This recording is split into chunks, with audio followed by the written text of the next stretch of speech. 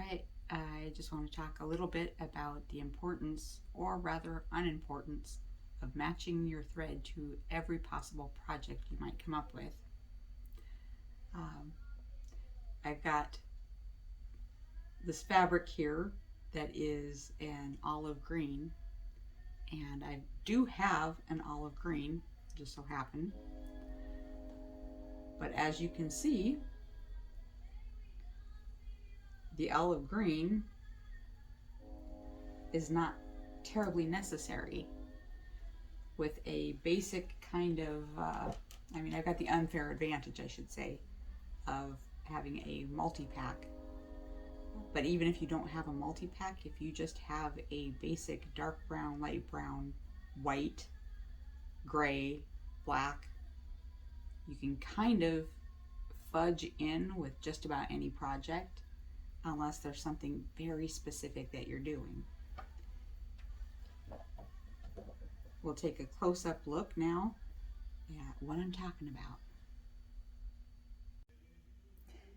As we can see, here we are with the olive green, and we do have an olive green that would be great. I mean, that's wonderful if you got it, but a lot of times you either have a small project, you don't want to have to go and buy an entire thread spool just to do this small project, or even if you have a large project, you could at some point run short, or there just isn't a need to have a ton of spools unless you're doing a lot of significant sewing. Now here is what that looks like. I don't know if you can get a good look at how closely that matches. When you look at this fabric in real life, at least, it is an olive green, but upon closer inspection, it really does have a lot of different little colors within. It's got browns and golds and the green. And so that led me to believe it'd be really easy to pick out another color that might be a good match. We're going to see.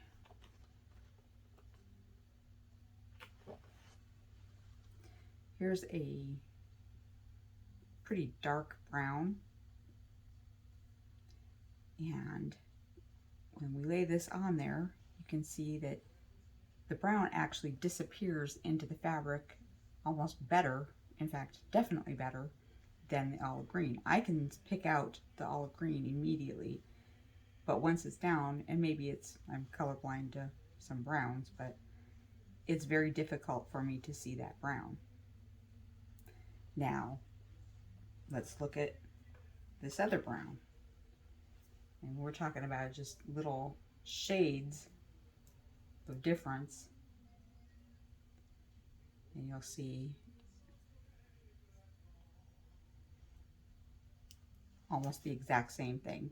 It completely disappears.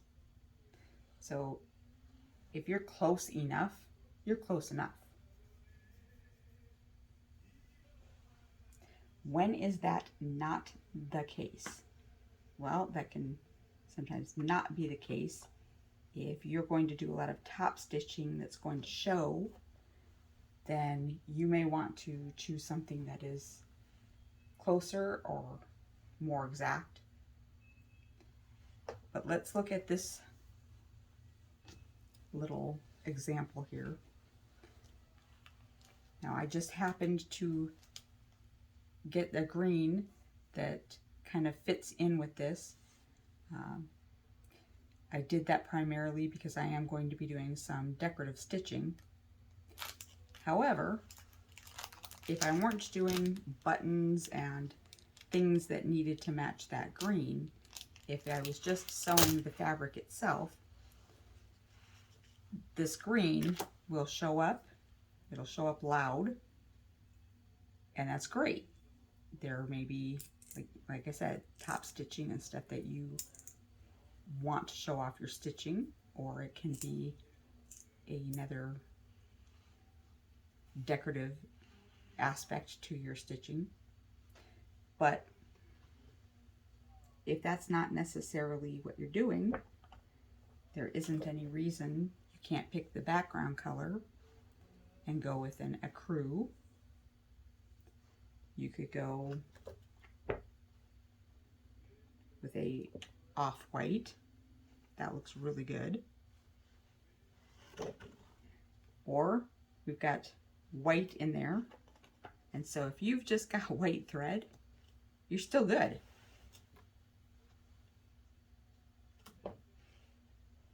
It's very rare that it's super needed to have all the colors of the rainbow in order to sew.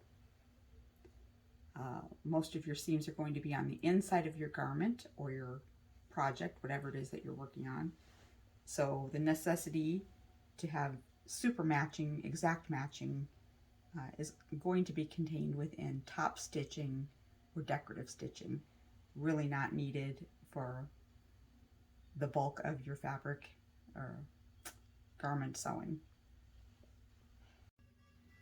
So as I'm threading our brown into the needle, let's talk about bobbin thread. Is it super necessary to at least match your bobbin thread to your needle thread? It's nice if you're doing a lot of stitching that's going to show. But even at that, even with top stitching, you're really, that thread's going to be on the back side, and super rare that that's going to be seen. I'm not saying that you should go with lime green for your bobbin threads if you're doing like neutral colors, but other than something really outrageously unmatched, you can get away with a lot. For my bobbins, I like to go with filling up a bunch of white, black, light gray, dark gray, and some variations of brown, a dark brown, a medium brown, and a lighter brown or off-white. And that pretty much can fudge in for a host of other things. So it's good to have a whole bunch of those filled and ready to go. And that allows you to not have to spend a lot of time threading bobbin after bobbin to match every little garment or every little project. If you're doing a hot pad and you have very few seams, it does seem silly or a waste to have to stop and fill up an entire bobbin. And I'm not saying you have to fill the whole bobbin. You do get better tension if you start off with a full bobbin. But with the newer machines, that's hardly true at all. So there's no need for that. All right, now that we've got that threaded, I realize I shouldn't have bothered to thread it all the way. I should have done this bobbin first. Now I am going to thread some bobbins because I don't really have anything that's full of even almost close. And no, I'm not going to do lime green. So I won't bother to show you really anything about filling up this bobbin. Most of them most of the machines do their own thing, have their own way of doing, and so it would kind of be silly.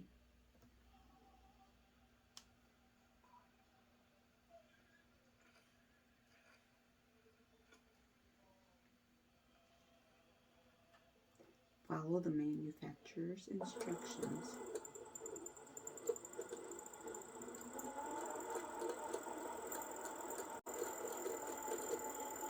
Now, although I only have a couple of very short seams to do, I don't have to really fill up my bobbins. I could go a quarter of the way, half of the way.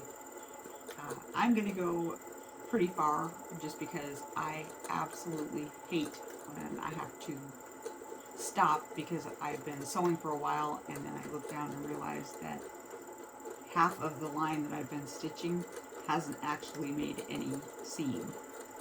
So I have to go back and stitch that whole thing all over again. Big time waster and very frustrating.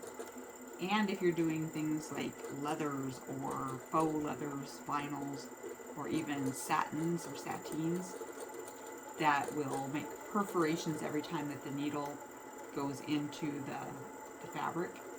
You don't want to end up with a bunch of perforations that aren't necessary.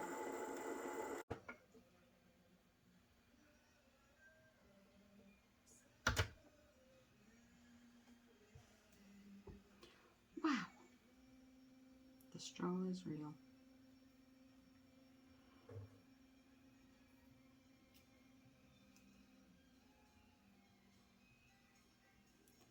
There will come a time I will no longer be able to sew. Which sounds ridiculous to say when I'm only 51 years old, but that time is probably approaching quicker than I want it to.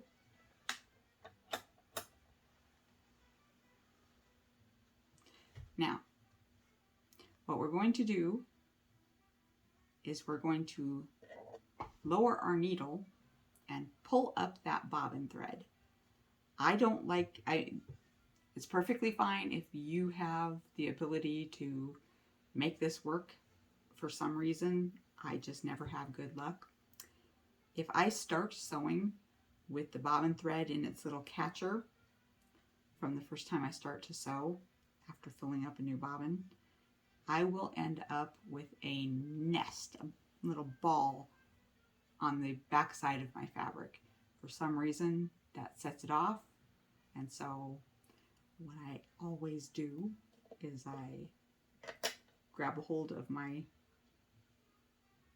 needle thread and move the needle with the hand crank towards me, just down and back up again one time, one smooth motion, and then it brings that bobbin to the surface.